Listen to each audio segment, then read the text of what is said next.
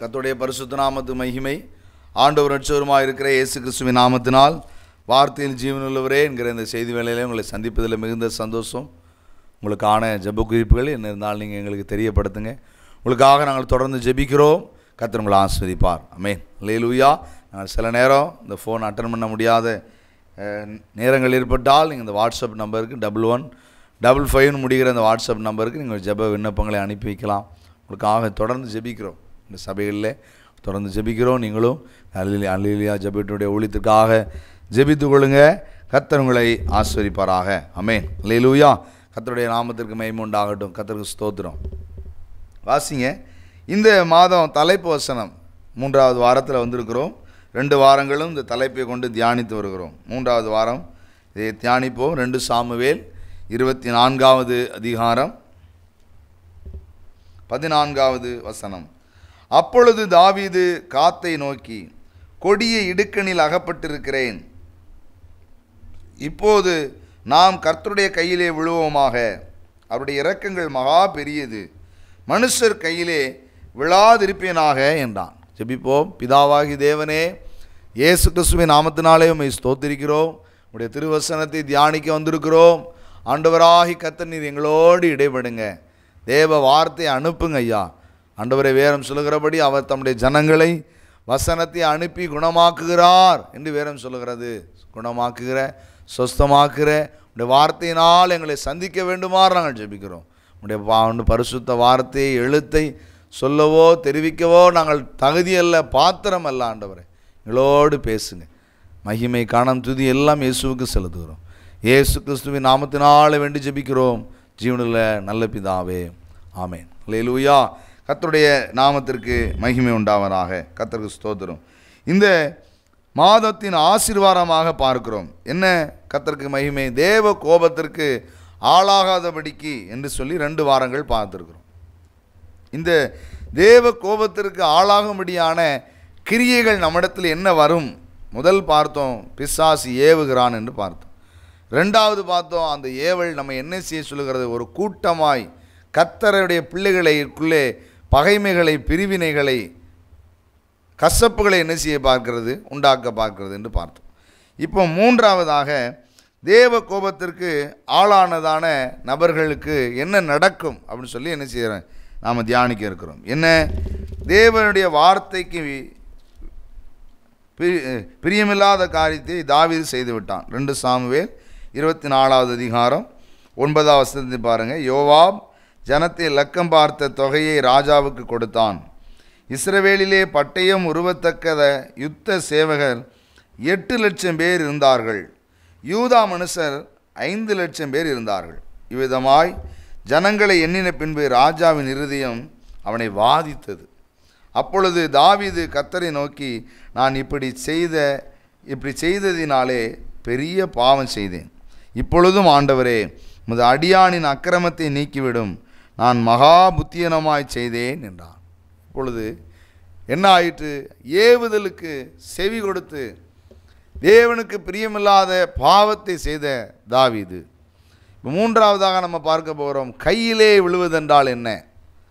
கர்த்தருடைய கையிலே விழுவோமாக, மனுஷர் கையில் விழாதிருப்போமாக என்று நாம் வாசிக்கிறோம்.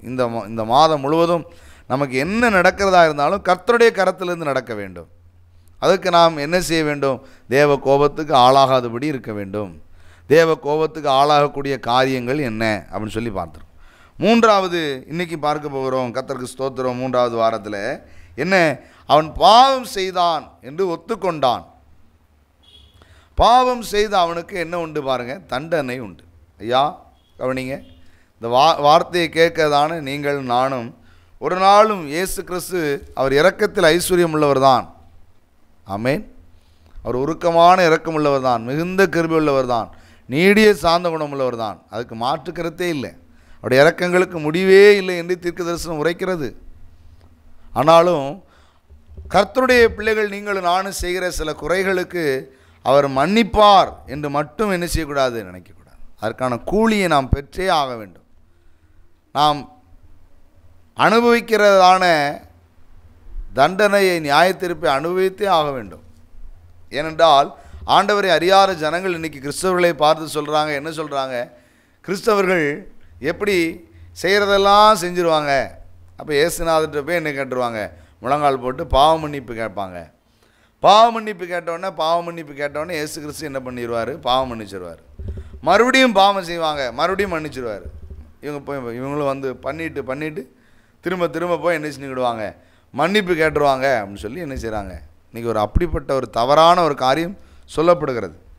இயேசு கிறிஸ்துவை அறிகிறதற்கு முன்பதாக உங்களிடத்தில் என்ன பாவங்கள் இருந்தாலும் அந்த பாவங்கள் உங்களுக்கு என்ன செய்யப்படும், மன்னிக்கப்படும். கர்த்தராகிய இயேசு கிறிஸ்து எனக்காக ஜீவனை தந்திருக்கிறார், என் பாவத்திற்காக அவர் மரித்தார் என்று நீங்கள் விசுவாசித்து நீங்கள் மனம் திரும்பி ஸ்நானம் எடுத்த அந்த ஞானஸ்நான சத்தியத்துக்கு ஒப்பு கொடுத்த நாள் வரைக்கும் உங்களுடைய பாவங்கள் எல்லாம் உங்களுக்கு என்ன செய்யப்படும், மன்னிக்கப்படும். இரத்தாம்பர சிவப்பை போல இருந்தாலும் பஞ்சை போல உங்களுக்கு என்ன செய்யப்படும், வெண்மையாக்கப்படும். உங்களுக்கு அவருடைய இரத்தத்தினால் கழுவப்படுவீர்கள். உண்மை, மன்னிப்பார். அவர் தயை பெருத்தவர் தான். ஆனால் அறிந்ததுக்கப்புறம், ஆண்டவரை அறிந்து அவருடைய சத்தியத்தை அறிந்து நன்மை என்றால் என்ன, தீமை என்றால் என்ன, பாவம் என்றால் என்ன, பரிசுத்தம் என்றால் என்ன, எல்லாவற்றையும் அறிந்து செய்துட்டு மன்னிப்புக்குன்னா அது அப்படி பைபிள் சொல்லலை. நல்ல கவனிங்க. பண்ணதுக்கானது அதை பட்டே தீர வேண்டும். கவனிங்க, யாராக இருந்தாலும் சரி, ஏதோ சின்ன காரியம், பெரிய காரியம் அப்படிலாம் இல்லை. அறியாதவனுக்கு பிரச்சனை இல்லை, அறிந்து செய்கிறவன் அநேக அடி அடிக்கப்படுவான் என்று பைபிளில் என்ன செய்யப்பட்டிருக்கு. இதெல்லாம் நிறைய பேர் சொல்லுகிறது இல்லை, இந்த வசனங்கள் எல்லாம். நல்ல கவனிங்க. அடிக்கடி கடிந்து கொள்ளப்பட்டும் தன் பிடரியை கடினப்படுத்துகிறவன் சகாயமின்றி சடுதியில் என்ன செய்வான், நாசமடைவான் என்று எழுதப்பட்டிருக்கு. அப்போது நாம் கடிந்து கொள்ளப்படும் போது, எச்சரிக்கப்படும் போது, நாம் மனம் திரும்பாவிட்டால் பட்டயம் என்ன செய்யப்படும், கருக்காக்கப்படும் என்று வேறும் சொல்லுகிறது. அப்போது கர்த்தருடைய பிள்ளைகளாக இருக்கிற நாம் செய்கிற குறைகளின் நிமித்தம், குற்றங்களின் நிமித்தம் நமக்கு என்ன உண்டு, தீர்ப்பு உண்டு, தண்டனை உண்டு. அதை மறந்து விடாதிருங்க. அதனால தான் யோவான் அப்போஸ்தலன் தன்னுடைய நிருபத்தில் எழுதியிருக்கிறார், மரணத்துக்கு ஏதுவான பாவம் உண்டு, மரணத்துக்கு ஏதுவல்லாத பாவமும் உண்டு என்று எழுதியிருக்கிறார். என்ன, நாம் மனம் திரும்பி குணப்பட்டு நாம் செய்ததுக்கான குற்ற மனப்பான்மையோடு நாம் தேவ சமூகத்திலே அழுது புரண்டால் இந்த பூமியிலேயே அதற்கான சில பாடுகள் வந்து அது உங்களுக்கு என்ன செய்யப்படும், மன்னிக்கப்பட்டு விடும். ஆனால் நித்தியத்துக்கு ஏதுவான நம்முடைய பாவம் என்ன செய்யக்கூடாது, கூட்டப்படக்கூடாது. வேறும் சொல்கிறது, தன் பாவத்தை மறைக்கிறவன் வாழ்வடைய மாட்டான், அதை அறிக்கை செய்து விட்டு விடுகிறவனோ என்ன செய்வான், இரக்கம் பெறுவான். அப்போது நீங்களும் நானும் அடைகிறதான இந்த நியாய தீர்ப்பை, தண்டனைகளை நம்ம ஏற்றுக்கொள்கிறோமா, அங்கீகரிக்கிறோமா, யோசித்து பாருங்கள். மூன்றாவதாக இந்த வாரத்தில் பார்க்கிறோம், என்ன தாவீது சொன்னான், மனுஷர் கையில் விழாதிருப்பேனாக, கர்த்தருடைய கையிலே நாங்கள் என்ன செய்வோமாக, விழுவோமாக. அப்போ என்ன நடந்ததுன்னா, ஆண்டவர் தண்டனையை சொல்லுகிறார். இவன் செய்த தவறு நிமித்தம் மனுஷரை தனக்கு புயபலமாக்கி கொள்ள நினைத்த பிரிவினைகளை, கசப்பை உண்டாக்க பார்த்த, கர்த்தருடைய ஜனத்துக்குள் மோதல்களை உண்டாக்க பார்த்த இந்த பொல்லாத ஆவியினுடைய ஏவுதலுக்கு இவன் செவி கொடுத்து பாவம் செய்த பாவத்துக்கு தண்டனை என்ன, தீர்க்கதரிசி காத் என்கிறவன் மூலமாக ஆண்டவர் அனுப்பி வைக்கிறார். என்ன அனுப்பி வைக்கிறார், 12வது வசனத்திலிருந்து பாருங்கள். நீ தாவீதினிடத்தில் போய் 3 காரியங்களை உனக்கு முன்பாக வைக்கிறேன், அவைகளில் ஒரு காரியத்தை தெரிந்து கொள், அதை நான் உனக்கு செய்வேன் என்று கர்த்தர் உரைக்கிறார் என்று சொல்கின்றார். அப்படியே காத் தாவீதினிடத்தில் வந்து அவனை நோக்கி, உம்முடைய தேசத்தில் 7 வருஷம் பஞ்சம் வேண்டுமா, 3 மாதம் உடைய சத்துருக்கள் உம்மை பின்தொடர வேண்டுமா, அதுக்கப்புறம் என்ன, கர்த்தருக்கு ஸ்தோத்திரம், 3 நாள் கொள்ளை நோய் உண்டாக வேண்டுமா. 3 காரியத்தை, தீர்ப்புகள். அதனால் அப்போ தாவீது எவ்வளவு நேசிக்கப்பட்டவன், யோசிச்சு பாருங்கள். ஆடு மேய்ச்சிட்டு இருந்த அவனை இன்றைக்கி அரசனாக மாற்றிருக்கிறாரே, அவருடைய பிள்ளை இல்லையா? அப்போ அவனுடைய தப்பெல்லாம் காணாமல் இருக்கணுமே. அப்படி தானே இன்றைக்கி நாம் அப்படி தானே இருக்கிறோம். நம்ம பிள்ளைகள் என்ன பேசினாலும் தப்பு இல்லை. நம்ம சொந்தம், நம்ம ஜாதி, நம்ம மக்கள் என்ன பண்ணாலும் தப்பு இல்லை. ஆனால் வேறு யாராவது சின்னதாக பண்ணிட்டோம்னா டேங்கப்பா. ஆமாம், கர்த்தருக்கு ஸ்தோத்திரம். நல்ல கவனிங்க. அதான் சொல்கிறாங்க, காக்கைக்கும் தன் குஞ்சு என்ன குஞ்சான்? ஆமாம், பொன் குஞ்சுவாங்க. அவங்க பிள்ளை பேசினா தப்பு இல்லை, அடித்தா தப்பு இல்லை, பொய் சொன்னால் தப்பு இல்லை, திருடுனா தப்பு இல்லை. ஆனால் அடுத்தவங்க செஞ்சுட்டா அடேப்பா பெரிய பாவமாய் அப்படியே வளைச்சி நெளிச்சு நாக்கை சுழட்டி பேசுவாங்க. நல்லா கவனிங்க. ஆனால் ஆண்டவர் விடவே மாட்டார். ஆமாம், பூசி முழலாம் அவருக்கு பிடிக்காது. அவருடைய பிள்ளையாகவே இருந்தாலும் சரி, நீங்களும் நானும். அதனால் ஆண்டவரை அறியாத பிள்ளைகள் செய்கிற பாவத்தை மட்டும்தான் அவர் தண்டிப்பார்னு நினைக்கக்கூடாது. இந்த வார்த்தையை கேட்குற இயேசுவை யாருன்னு தெரியாதவங்களாக இருந்தாலும் கவனிங்க, இயேசுநாதர் அப்படிப்பட்டவர் அல்ல. அறியாமல் செய்தால் உன் பாவத்தை மன்னிப்பார், அறிந்து செய்கிற உன் பாவத்துக்கு தண்டனை உண்டு, நியாய தீர்ப்பு உண்டு. யாரா எவ்வளவு நேசிக்கப்பட்டவனாக இருந்தாலும் சரி, இங்கே தாவீது நேசிக்கப்பட்டவன். அவனை பார்த்து சொன்னார், அவனுடைய சந்ததி என்னென்னைக்குமா ராஜாவாக இருப்பாங்களாம். அவங்க பிறக்கிற பிள்ளைகள்லாம் அந்த அளவுக்கு அவனை கர்த்தர் ஆசீர்வதித்தார். அப்படிப்பட்ட அவனுடைய வாழ்க்கையில் ஒரு தவறு பாவம் வந்துட்டு, ஆனால் அந்த பாவத்திற்கு தண்டனையை நாம் அனுபவித்து விட்டோமானால், சிட்சையை அனுபவித்து விட்டோமானால், உபத்திரவத்தை ஏற்றுக்கொண்டோமானால், சோதனையை சகித்தோமானால் நமக்கு நித்திய ஜீவன் உண்டு. ஆமேன்னு சொல்லுங்கள் பார்க்கலாம். அல்லேலூயா, கர்த்தருக்கு மகிமை உண்டாகட்டும். நாம் பொன்னானால் சோதிக்கப்பட்டால் தான் சுத்த பொன்னாக என்ன செய்ய முடியும்? விளங்க முடியும். கர்த்தருக்கு மகிமை உண்டாகட்டும். கர்த்தருக்கு ஸ்தோத்திரம். நீங்களும் நானும் கிறிஸ்துவனுடைய ஜீவனையுடையவர்களாக மாற வேண்டுமானால் இந்த பூமியிலே சில உபத்திரவங்களை, பாடுகளை, சோதனைகளை நாம் என்ன செய்யணும்? சகிக்கணும். இவைகளெல்லாம் இதற்காக அனுமதிக்கப்படுகிறது. நம்முடைய வாழ்க்கையில் காணப்படுகிற சில குறைகள், சில குற்றங்கள், சில மீறுதல்கள், சில பாவங்கள் நம்மளை விட்டு என்ன செய்யப்படணும்? அகற்றப்படணும். இனி நாம் அதை செய்யக்கூடாது என்கிறதற்காக இது நமக்கு அனுமதிக்கப்படுகிறது. இந்த தாவீதுக்கு அனுமதிக்கப்பட்டது. ஆண்டவர் சொல்லிட்டார், இதுக்கு வேறு ஆப்ஷனே இல்லை, மன்னிப்புலாம் கிடையாது. 3 தண்டனை. ஒன்று பஞ்சம், ஒன்று நோய், இன்னொன்று எதிரி, ஒன்று ஓட ஓட என்ன செய்வான்? நீ ஓடி ஒளிவ, ஓட ஓட துரத்துவாங்க. இது நடக்கும்னு சொல்லிட்டார். சொன்ன உடனே தான் தாவீது சொன்னார், கர்த்தருடைய கையில் நாங்கள் என்ன செய்வோமாக? விழுவோமாக. ஏனென்றால் அவருடைய இரக்கம் எப்படிப்பட்டது? மகா பெரியது. 3 காரியத்தை கேட்கிறார். ஏதாவது ஒன்றை சொல்லிடு, இதுதான் உனக்கு நடக்கும்னு சொல்லி கேட்டார். தாவீதிடத்தில் கேட்கப்பட்ட கேள்வி 3. அவர் சொல்ல வேண்டும் ஒரு பதில். ஆனால் கேட்கப்பட்ட கேள்வியில் ஒரு பதிலை கூட அவர் என்ன செய்யலை. நோய் வேண்டுமா, பஞ்சம் வேண்டுமா, இல்லை எதிரி உங்களை துரத்த வேண்டுமா அப்படின்னு கேட்டால் இந்த 3 பதிலில் அவர் என்ன சொன்னார் பாருங்கள். கர்த்தருடைய கையில் நாங்கள் என்ன செய்வோமாக? விழுவோமாக. மனுஷர் கையில் விழாதிருப்போமாக அப்படின்னு சொல்லிட்டார். 3ல் ஒரு பதில் சொன்னால் அவர் இன்னொரு பதில் சொல்கிறார். என்ன பதில் சொல்கிறாரு பாருங்கள். கர்த்தருடைய கையில் விழுவோமாக. ஆண்டவரே, வாதையாக இருந்தாலும் சரி, பஞ்சமாக இருந்தாலும் சரி, மரணமாக இருந்தாலும் சரி, அது உங்கள் கையிலேருந்து எங்களுக்கு என்ன செய்யட்டும்? நடக்கட்டும். ஆமேன்னு சொல்லுங்களேன். அல்லேலூயா. ஏனென்றால் அவர் நேசிக்காத, அவர் கர்த்தருக்கு ஸ்தோத்திரம், அவர் நேசிக்க தன்னுடைய பிள்ளைகளை அவர் என்ன செய்கிறவர்? சிட்சிக்கிறவர். அவர் சிட்சிக்காத புத்திரன் உண்டோ என்று வேதத்தில் என்ன செய்யப்பட்டிருக்கிறது? எழுதப்பட்டிருக்கிறது. அவர் நேசிக்கிற பிள்ளைகளை அவர் சிட்சிக்கிறார். அவர் சிட்சிக்காத பிள்ளைகள் வேசியின் பிள்ளைகள் என்று நிருபத்தில் எழுதப்பட்டிருக்கிறது. அதனால் நீங்களும் நானும் நம்முடைய குறைகள், நம்முடைய குற்றங்கள், நம்முடைய அக்கிரமங்கள், நம்முடைய மீறுதல்கள், நம்மிடத்தில் காணப்படுகிறவர்கள் அகற்றப்படும்படி நீங்களும் நானும் சோதிக்கப்படலாம், உபத்திரப்படுத்தப்படலாம், நிந்திக்கப்படலாம், பாடுகளுக்கு உட்படுத்தப்படலாம், தீமையான மொழிகள் பொய்யாய் சொல்லப்படலாம். என்ன வந்தாலும் நீங்கள் அதை ஏற்றுக்கொள்ளுங்க. கர்த்தருடைய கையில் விழுவோமாக. அருமையான யோபு சொன்னார் பாருங்க, கொன்று போட்டாலும் நான் அவர் மேல் எப்படி இருப்பேன்? நம்பிக்கையாக இருப்பேன். கர்த்தர் கொடுத்தார், கர்த்தர் எடுத்தார், கர்த்தருடைய நாமத்துக்கு ஸ்தோத்திரம் என்று சொன்னானே. அவன் சொன்ன வார்த்தை, நன்மையை பெற்ற நாம் தீமையை பெற வேண்டாமா? இப்போ ஆண்டவரிடத்திலிருந்து எல்லாவற்றையும் பெற வேண்டும். நீங்கள் நானும் பெற வேண்டாமா? ஆசீர்வாதத்தை பெற்றால் மட்டும் போதுமா? விடுதலை பெற்றால் மட்டும் போதுமா? சுகத்தை பெற்றால் மட்டும் போதுமா? கடிந்து விடுதலை பெற வேண்டாமா? எச்சரிக்கப்பட வேண்டாமா? நீதிமானின் தலையில் குட்டினால் அது என் தலைக்கு எப்படி இருக்கிறது? என்னையே போல் இருக்கிறது. நல்ல கவனிங்க. ஏனென்றால் நீங்கள் நானும் அபிஷேகம் பண்ணப்பட வேண்டுமே. நமக்கு ஒரு நீதிமான் உண்டே, நம்முடைய இயேசு கிறிஸ்து அல்லவா அவர் நம்மை கடிந்து கொள்ள வேண்டாமா? கர்த்தருக்கு ஸ்தோத்திரம். ஐயா, வசனத்தை கேட்கிற நீங்களும் நானும் தேவ கோபத்துக்கு ஆளாகாதபடி, மனுஷர் கையிலே விழாதபடி கர்த்தருடைய கையில் விழுவோமாக. ஏனென்றால் அவருடைய இரக்கங்களுக்கு இன்னும் இல்லை, முடிவே இல்லை.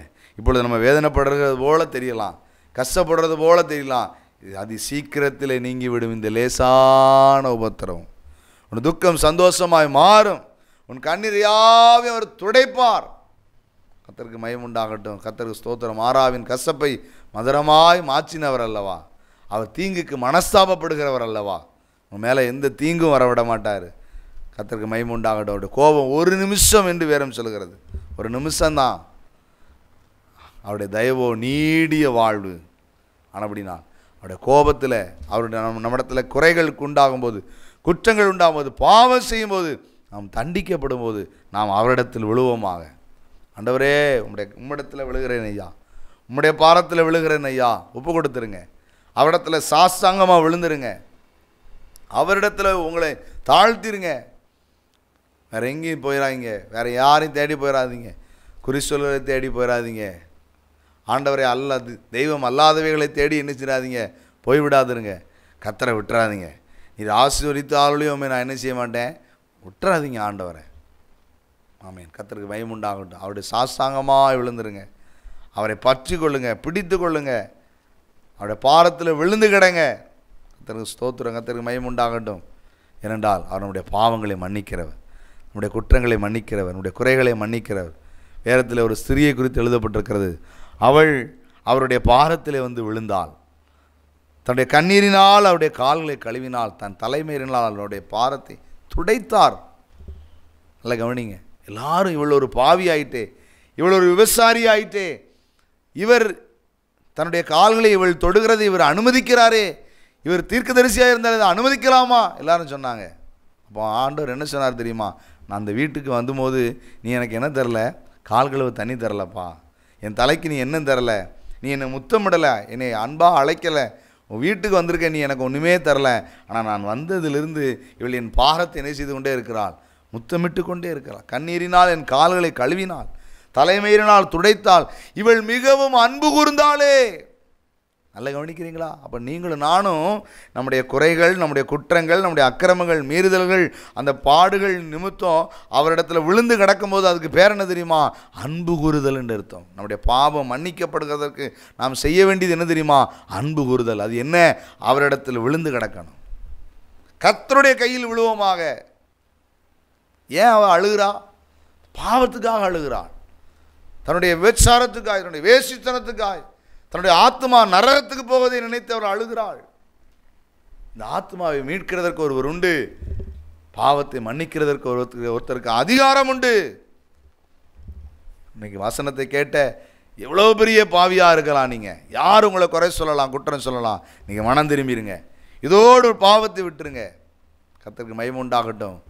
சங்கீதக்காரன் சொன்னார், மறைவான குற்றங்களுக்கு என்னை நீங்களாக்குங்க, துணிகரமான பாவங்களுக்கு என்னை விலக்கி காருங்க. ஆமேன். கர்த்தருக்கு ஸ்தோத்திரம். அந்தரங்கமானவைகள், மறைவானைகள், இவைகளெல்லாம் நம்மளை விட்டு என்ன செய்யட்டும், மாறட்டும். ஆண்டோட்ட ஒப்பு கொடுங்க. இன்னையிலேருந்து விட்டுறதேன் ஐயா, ஒப்பு கொடுத்துருதேன் ஐயா. நீ மனம் திரும்பி நீ சாஸ்தாங்கமாக விழுந்து கதறிப்பார், கண்ணீர் வடித்துப்பார். உன்னுடைய பாவம் உனக்கு என்ன செய்யப்படும், மன்னிக்கப்படும்.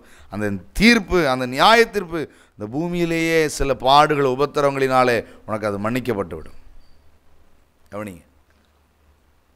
ஏனென்றால் நீங்கள் அவருடைய பாரத்தில் விழுந்து கிடக்கிறது, அவர் என்ன செஞ்சாலும் சரிதான்னு அந்த பாடுகளை ஏற்றுக்கொள்கிறதுக்கு பேர் என்ன தெரியுமா?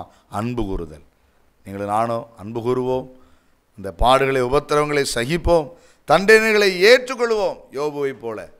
கர்த்தருக்கு மகிமை உண்டாகட்டும். பல மடங்கு ஆசீர்வாதத்தை ரெண்டத்தனையாக, இரட்டிப்பாக நாம் திரும்ப என்ன செய்ய முடியும், பெற்றுக்கொள்ள முடியும். இழந்து போனதெல்லாம் திரும்ப தருவார். ஏன்னா அவருடைய இரக்கங்கள் மகா பெரியது. ஏன்னா அவர் அடிக்கிறவர் தான், ஆனால் அவர் தான் அணைக்கிறவர். அவர் தான் காயப்படுத்துகிறவரா என்று நீங்கள் நினைக்கலாம், காயங்களை கட்டுகிறவர் அவர் தான். நோய் வந்துருச்சுன்னு நினைக்கலாம், நோயை குணமாக்குறவர் அவர் தான். நல்லா கவனிக்கிறீங்களா? அப்போ அவரே, அவருடைய கையிலே விழுவோமாக. கர்த்தர் நம்மை ஆசீர்வதிப்பார். ஜெபிப்போம். பிதாவாகி தேவனே, இயேசுவின் நாமத்தினாலே உம்மை ஸ்தோத்திரிக்கிறோம். நாங்கள் மனுஷர் கையில் விழாதிருப்போமாக, கர்த்தருடைய கையில் விழுவோமாக. என்னுடைய பாடுகள் உபத்திரவங்கள் என்னுடைய குறைகளுக்காக வந்திருக்கிறது, என்னுடைய குற்றங்களுக்காக வந்திருக்கிறது என்கிறதை நாங்கள் உணர்ந்து கொள்ள வேண்டும் ஐயா, அறிந்து கொள்ள வேண்டும் ஆண்டவரே. அந்த தாழ்மை எங்களுக்கு தாங்க. நாங்கள் சிக்ஷைகளை சகிக்கிறவர்களாக, சோதனைகளை சகிக்கிறவர்களாக எங்களை மாற்றுங்க. தூசிக்காதபடி, முறுமுறுக்காதபடி, விழுந்து கிடக்கிறவர்களாக, உண்மை அதிகமாக நேசிக்கிறவர்களாக மாற்றுங்க. சகல துதி கன மகிமை எல்லாம் இயேசுக்கு செல்வது. இயேசு கிறிஸ்துவின் நாமத்தில் வேண்டி ஜெபிக்கிறோம் ஜீவனுள்ள நல்ல பிதாவே, ஆமென். அல்லேலூயா. Praise the Lord. கர்த்தர் உங்களை ஆசீர்வதிப்பாராக. கர்த்தருக்கு மகிமை.